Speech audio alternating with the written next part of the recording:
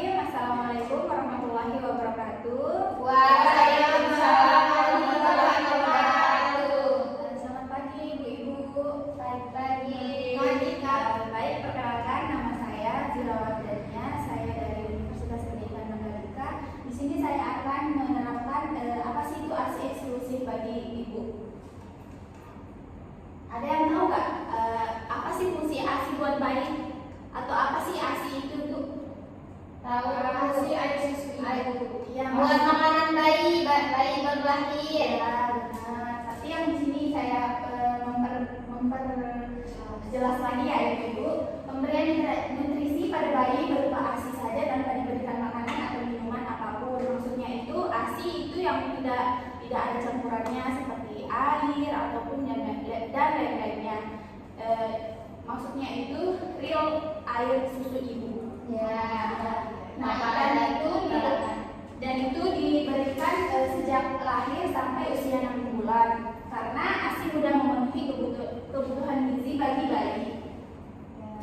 Apa Ibu tahu apa sih yang terkandung dalam ASI itu, Bu? Vitamin. Ya, vitamin. Terus ada lagi? Nggak tahu. Oke, baik, di sini Bu ada 3. Nah, ASI itu mengandung zat gizi yang dibutuhkan untuk pertumbuhan dan perkembangan kecerdasan otak. Yang kedua, mengandung zat antiinfeksi terutama pada saluran pencernaan. Yang ketiga, mengandung zat kekebalan tubuh sehingga bayi tidak akan mudah sakit. Kira-kira kenapa sih harus ASI gitu? Kenapa enggak air atau susu formula gitu? Kenapa harus ASI? Ada yang tahu Ibu-ibu? Nggak tahu. Nggak tahu ya. Oke, baik. Di sini saya akan menjelaskan ada 4, yaitu yang pertama, kenapa sih harus ASI maksudnya? Karena kapasitas lambung bayi baru lahir sangat terbatas, hanya mampu menampung cairan sebanyak 10 sampai dengan di sini itu sebenarnya Ibu strict ya. Oh iya. Jadi sebanyak 10 sampai 25 mili atau 4 cm. Nah, yang kedua, sebelum berusia 6 bulan, sistem pencernaan bayi belum terbentuk sempurna sehingga bayi belum siap mencerna makanan atau minuman selain ASI. Nah, yang tadi saya maksud Ibu-ibu, kenapa harus ASI? Karena bayi itu belum bisa mencerna makanan yang seperti biasanya kita mencerna kayak nasi atau ikan, telur dan lain-lainnya. Yang ketiga, ASI saja dapat memenuhi kebutuhan gizi bayi sejak baru lahir sampai berumur 6 bulan. Yang keempat, menunda pemberian makanan tambahan hingga bayi berusia 6 bulan menghindari bayi dari obesitas. Nah, kenapa kita nggak memberi makan kayak pada umumnya? Karena kita menghindari kegemukan pada bayi, karena itu sangat tidak baik. Nah, kapan sih dan bagaimana ASI diberikan kepada bayi?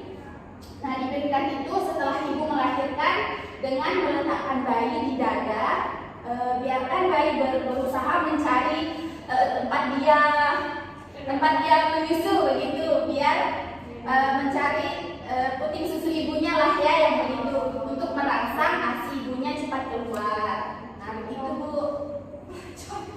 ASI eksklusif hanya diberikan sampai umur 6 bulan bayi atau diberikan MPASI yang biasa disebut dengan makanan pendamping ASI yang sesuai dengan pertumbuhan umur bayi.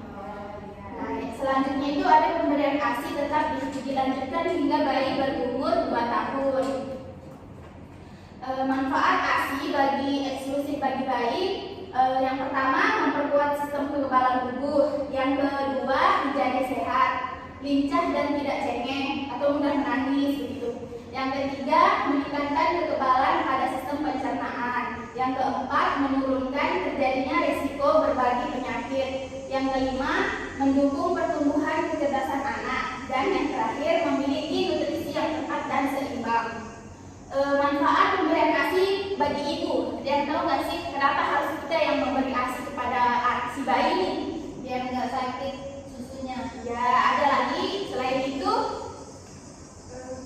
Biar ada hubungannya sama. Nggak tahu Bu.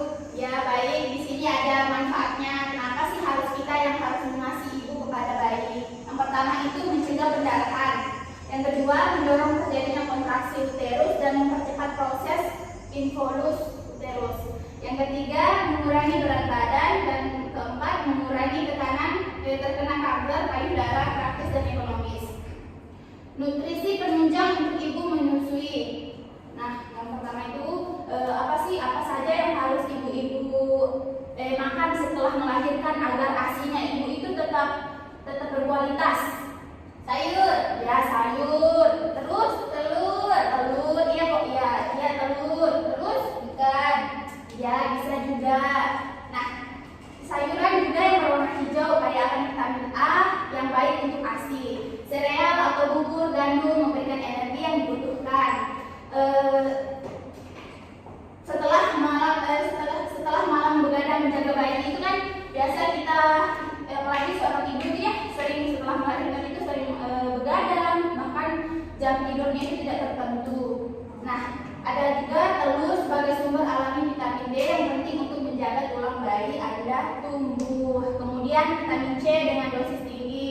Ada juga kacang-kacangan ibu kaya akan zat besi dan protein dan vitamin B12 yang baik. Air mineral untuk menjaga tingkat produksi ASI dan untuk terhindar dari dehidrasi. Nah, ada lagi nih pendukung psikologi bagi ibu. Maksudnya itu pendukung psikologi itu kayak lingkungan sekitar. Ya, yang pertama itu kayak cukup istirahat, dukungan penuh dari keluarga, menanamkan rasa bahwa menjadi ibu adalah sebuah anugerah dan siap menerima keadaan bayi.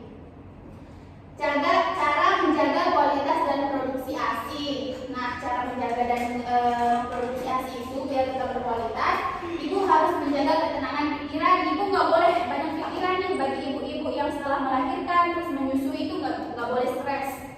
Nah, dan juga harus menghindari kelelahan, membuang rasa khawatir yang berlebihan kayak nggak boleh terlalu memikirkan suatu hal yang tidak mungkin akan terjadi. Ada yang namanya baby blues itu kan. Nah, salah satunya itu kayak itu baby blues itu ya. Iya yang Ada bayi tapi kayak mukanya udah tua gitu loh. oh bukan kayak Dia mau matiin kayaknya kan? iya Lain kayaknya.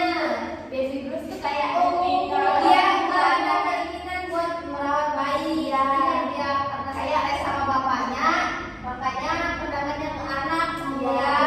Terus juga anakmu. ya terus percaya diri bahwa ASI-nya itu berkualitas dan mencukupi untuk kebutuhan bayi. Peran dan fungsi keluarga bagi ibu yang sedang menyusui ini peran kita sebagai orang-orang yang ada di lingkungan kita ya, kayak suami, keluarga dan lain-lainnya. Nah, suami dan keluarga harus memahami ibu yang sedang menyusui sangat membutuhkan dukungan keluarga, dan juga keluarga harus memberikan dukungan penuh kepada ibu. Suami dan keluarga harus berpartisipasi menolong memenuhi kebutuhan ibu dan menciptakan lingkungan rumah yang tenang dan nyaman, tidak ada pertengkaran atau apapun itu. Nah, baik ibu-ibu, sekian dari saya, mungkin hanya itu yang bisa saya sampaikan. Assalamualaikum warahmatullahi wabarakatuh.